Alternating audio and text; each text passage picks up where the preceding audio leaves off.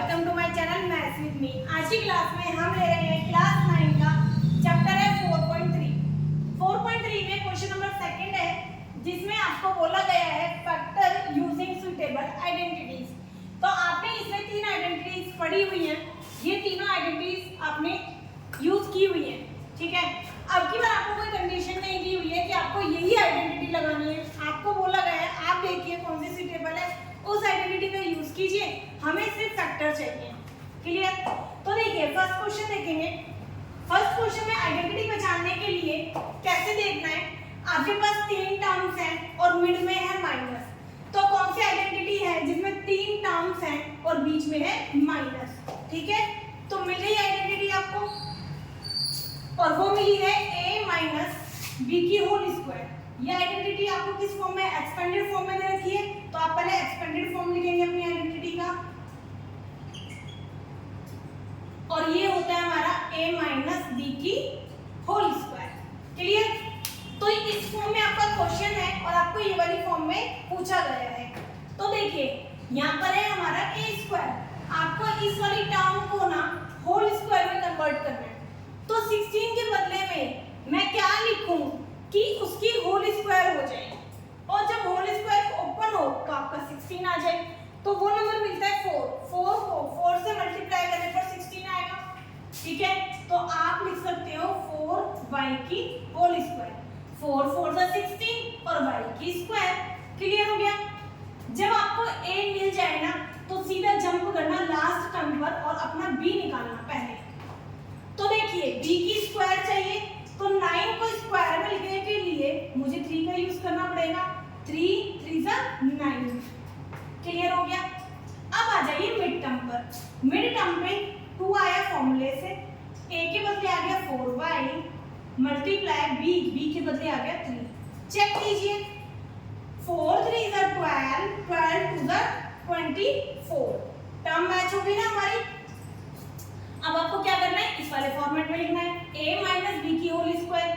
a क्या था हमारा, देखो जो हमने ये वाला कन्वर्ट किया है, यानी कि ये a है और ये हमारा b निकला था। तो अब इसको एक बार कर दीजिए आप माइनस में और कर दीजिए होल स्क्वायर, ठीक है। देन इसी ब्रैकेट को लिख देंगे 2 बार। क्लियर हो गया क्वेश्चन? आगे बढ़े नेक्स्ट क्वेश्चन पे।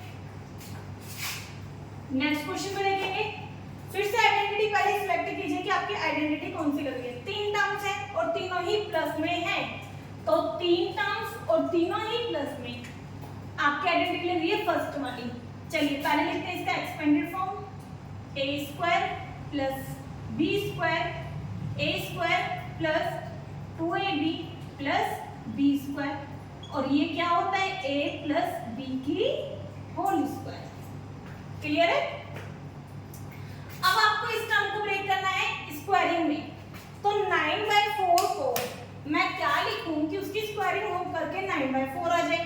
तो देखिए टर्म मिलेगी 3/2 और इसकी कर दीजिए स्क्वायर, 3 3 जा 9, 2 2 जा 4 और s की होगी स्क्वायर।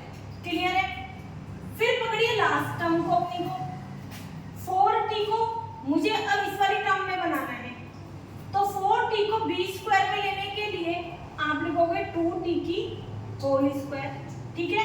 अब आ जाइए मिड टर्म पर, तो 2a आप यहाँ पर निकाल चुके हो और b आपका यहाँ पर आ गया। क्लियर? जरा चेक कीजिए, देखिए 2 से 2 तो कट हो जाएगा, 3 2 जा 6 6st मिड टर्म मैच हो गई। अब आपको क्या करना है, इस वाली फॉर्म से फैक्टर की फॉर्म में लिखना है a प्लस b। तो a है हमारा 3/2s, b हमारा है 2t, और आपको क्या करना है इसकी होल स्क्वायर। क्लियर? अब क्योंकि होल स्क्वायर है तो आप इसको 2 बार लिख सकते हैं।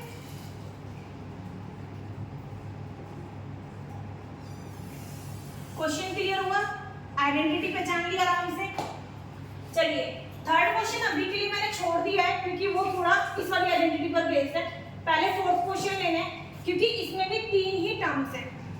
तो अब आप पहचानिए 3 टर्म्स हैं और एक माइनस की है, इसका मतलब यहाँ पर भी माइनस वाली आइडेंटिटी लग रही है, और वो होती है 82 माइनस 2ab प्लस b की 2, और ये आइडेंटिटी के फैक्टर जो बनते हैं वो बनते हैं हमारे a माइनस बी की होल स्क्वायर। क्लियर हो गया? अब आपको यहाँ से a निकालना है, तो देखिए p को तो मैं ऐसे ही छोड़ देती हूँ और 16 को लिख देते हैं 4 और कर देते हैं इसकी स्क्वायर। चेक कीजिए, p की स्क्वायर 4 4 का 16। क्लियर हो गया? अब सीधा पहुंच जाइए लास्ट टर्म पर जहां से आपको b मिलेगा। आगे वाली टर्म से आपको a मिलता है, लास्ट वाली से b मिलता है, तो 16 को क्या लिखोगे? 4 4 का 16 होता है ना? तो 4/p लिख करके आप इसकी होल स्क्वायर कर सकते हो। देखिए ना, 4 4 का 16 और p की हो गई स्क्वायर। क्लियर है? अब आ जाइए मिड टर्म पर। पहले 2 आ गया, यहाँ से a की वैल्यू आपने निकाल ली है और b की वैल्यू भी आपने निकाल दी है, और साथ में चेक कर लीजिए कि कुछ मिस्टेक तो नहीं किया आपने। तो देखो, देखा जाए तो p से p कट जाएगा, 4 से 4 कट जाएगा, बचेगा तो 2 ही। तो इसका मतलब आपने सही ब्रेक किया है। मैंने अलग मार्कर से इसलिए काटा है क्योंकि आपको ये काटना नहीं है, ये आपको जस्ट समझाने के लिए था। ठीक है? अब ये पूरा हो गया एक्सपेंडेड फॉर्म। आपको करना है factor form, a minus b की होल स्क्वायर। a आपका आता है हमेशा फर्स्ट वाली टर्म, b आती है लास्ट वाली टर्म, और कर देते हैं इसका होल स्क्वायर। अब क्योंकि होल स्क्वायर है तो आप इस टर्म को 2 बार लिख सकते हो ना। तीनों क्वेश्चन क्लियर हुए? चलिए अब देखते हैं क्वेश्चन नंबर 2। उसका है थर्ड पार्ट। अभी मैंने कराए थे आपको फर्स्ट, सेकंड एंड फोर्थ, ठीक है? क्योंकि थर्ड और फिफ्थ पार्ट अगर आप देखोगे ना तो आइडेंटिटी लगेगी आपकी ये वाली। मुझे कैसे पता चला वो देखो। पहली बात तो आपके यहाँ पर टर्म्स काउंट कर लीजिए, 1 2 3 4 5 6, 1 2 3 4 5 6, ठीक है? दूसरा कि इसमें 3 टर्म स्क्वायरिंग की है, बाकी की विदाउट स्क्वायरिंग आ रही है। यहाँ पर भी 3 टर्म्स आपकी स्क्वायरिंग की है, बाकी की विदाउट स्क्वायरिंग आ रही है। तो ये हिंट काफी है आपको ये पहचानने के लिए कि आइडेंटिटी आपकी ये वाली लगने वाली है। तो देखिए आपका जो क्वेश्चन है वो इस वाली फॉर्म में है, ठीक है? आपको कन्वर्ट करना है इस वाली फॉर्म में, उसको फैक्टराइज करने के लिए। तो चलिए पहले अपने क्वेश्चन को इस फॉर्मेट में लेके आते हैं। मुझे चाहिए a की स्क्वायर, तो आप m स्क्वायर बाय 9 को क्या लिख सकते हो? m/3 ना। m/3 की स्क्वायर खोलोगे तो 9 m स्क्वायर बाय 9 ही आएगा। अब b स्क्वायर, यहाँ तो स्क्वायर है नहीं तो यहाँ से तो b स्क्वायर मिलेगा नहीं आपको, यहाँ पर स्क्वायर है, यहाँ से आप b स्क्वायर अपना निकाल सकते हो। तो इसको क्या लिखेंगे? k/4 की स्क्वायर। क्लियर?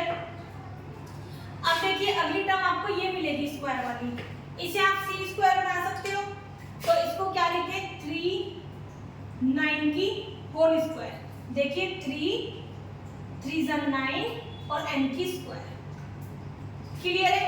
चलिए अब अपने टर्म्स को इसमें ब्रेक कीजिए। 2 × a आपका है ये वाला m/3, b है आपका k/4। आगे बढ़े, अब आती है ये वाली टर्म 2bc, 2b आपका है ये k/4 इंटू c है हमारा 3n प्लस। अब आ जाइए 2ac पर, 2 × a है हमारा m/3 और c है हमारा 3n। क्लियर हो गया? अब क्या करना है आपको? सॉल्व करके देखो कि आपकी टर्म मैच हो रही है। मैं ब्लू मार्कर का इसीलिए यूज कर रही हूँ क्योंकि आपको एक्चुअल में ये काटनी नहीं होती, ठीक है? कट नहीं करोगे। तो देखिए 2 1 2 2 2 4 km। तो देखिए km आपका यहाँ आ रहा है, ठीक है? km और भी नहीं आएगा, नहीं, km/3 जबकि हमारा आ रहा है 6, इसका मतलब हमने कुछ गड़बड़ करी है। तो 2 देंगे, 3 चेक करेंगे 2, ठीक है? a और b मैंने गलत कर दिया, इधर देखेंगे b में 4 नहीं आएगा, 2 आएगा, 2 2 4। तो जहां जहां हमने b को यूज किया है वहां पर जरा इसको पहले ठीक कर लेंगे। अब 2 कट गया, km/3, तो देखिए टर्म मैच हो रही है km/3 वाली, ठीक है। नेक्स्ट टर्म देखिए ये वाली, ये तीनों टर्म देखिए, 2 से 2 कट हो जाए तो बनेगा 3kn, 3kn टर्म मैच हो गई ना ये वाली भी। आगे बढ़े, इस वाली टर्म को मैच करेंगे, 3 से 3 कट हो जाएगा, बनेगा 2mn, तो देखिए मैच हो गई ये वाली भी 3mn। सारी टर्म्स मैच हो चुकी है ना। बस अब आपको क्या करना है, फैक्टर फॉर्म में लिखना है, तो a plus b plus c और कर देंगे इसकी होल स्क्वायर, और फिर इस ब्रैकेट को लिख देंगे 2 times m/3 plus k/2 plus 3m। Question clear हो गया। सेम करेंगे नेक्स्ट वाला क्वेश्चन। नेक्स्ट क्वेश्चन में बस एक छोटी सी गड़बड़ है, आपकी 2 टर्म्स ना माइनस में है, तो मैंने अभी आपकी जो आइडेंटिटी है ना वो प्लस में ही नोट की है, आपको इसको कन्वर्ट करना पड़ेगा माइनस में। तो देखो कैसे, पहले अपने क्वेश्चन से अपना फॉर्मूला बनाओ। 3 तो स्क्वायरिंग में है और स्क्वायरिंग में माइनस भी होती है, जैसे मैंने करा -4 की स्क्वायर, तो माइनस माइनस प्लस होके आंसर जो आएगा ना वो पॉजिटिव ही आता है। क्लियर? इसीलिए कभी भी आपको ये 3 टर्म्स तो माइनस में मिलनी नहीं है। अब आ जाइए ए बी वाली टर्म, देखिए ए बी और ए बी, यानी कि मेरी ये वाली टर्म माइनस में है, ठीक है, मेरे को यहाँ माइनस चाहिए, और बी सी यानी कि मुझे यहाँ भी माइनस चाहिए बी सी वाली टर्म में। तो कैसे पता चलेगा कि कौन सी टर्म है जो माइनस की है? तो इन दोनों में देखिए कॉमन क्या है, b इन दोनों में कॉमन है, यहाँ पर भी b आ रहा है और यहाँ पर भी b आ रहा है, तो इसका मतलब ये हुआ कि जो b वाली टर्म है ना ये एक्चुअल में यहाँ माइनस की टर्म है हमारी। क्लियर हो गया? जो ये b है, जो ये b है ये माइनस का है। अब यहाँ पर तो चेंज होगा नहीं, क्योंकि जब वो b स्क्वायर हुआ होगा तो वो पॉजिटिव हो चुका होगा। बात समझ में आ रही है? तो इसीलिए यहाँ पर माइनस आया और इसीलिए यहाँ पर भी माइनस आया, क्योंकि b हमारा माइनस में था। तो इस तरीके से आप अपने फॉर्मूले को थोड़ा सा चेंज करेंगे जिससे आप करेक्ट कैलकुलेशन कर पाओ। चलिए 9 स्क्वायर को a की होल स्क्वायर में लिखने के लिए 3a की होल स्क्वायर लिख दें, 3 3 9 और a की स्क्वायर। क्लियर? 20 की होल स्क्वायर लेने के लिए 2b की स्क्वायर कर दें, 2 2 4 और b की स्क्वायर। c तो c ही है, कोई टर्म ही नहीं है ऐसी वहां पर। क्लियर? अब आ जाइए 2ab, तो देखिए 2a हमारा आया 3a और b आया 2b, ठीक है। अब आ जाइए 2bc पर, 2b है 2b और c तो c ही है अकेला। अब आ जाइए 2ac पर, तो 2a आया हमारा 3a इंटू c तो अकेला था। क्लियर? चेक कर लीजिए टर्म्स को, देखिए 3 2 6 2 12 ab, चेक हो गया ना। 2 2 4 bc, तो देखिए 4bc, 3 2 6 ac, तो 6ac। सारी टर्म्स मैच हो गई, इसका मतलब आपने सही एक्सपेंड किया उसको। अब ले लीजिए a, यानी कि वो हो गया 3a, अब b माइनस में है हमारा, यहाँ मैंने बताया था b माइनस में आएगा, ठीक है, तो -2b और प्लस c की होल स्क्वायर कर दी। अब क्योंकि होल स्क्वायर है तो आप इस ब्रैकेट को 2 टाइम्स लिख सकते हो।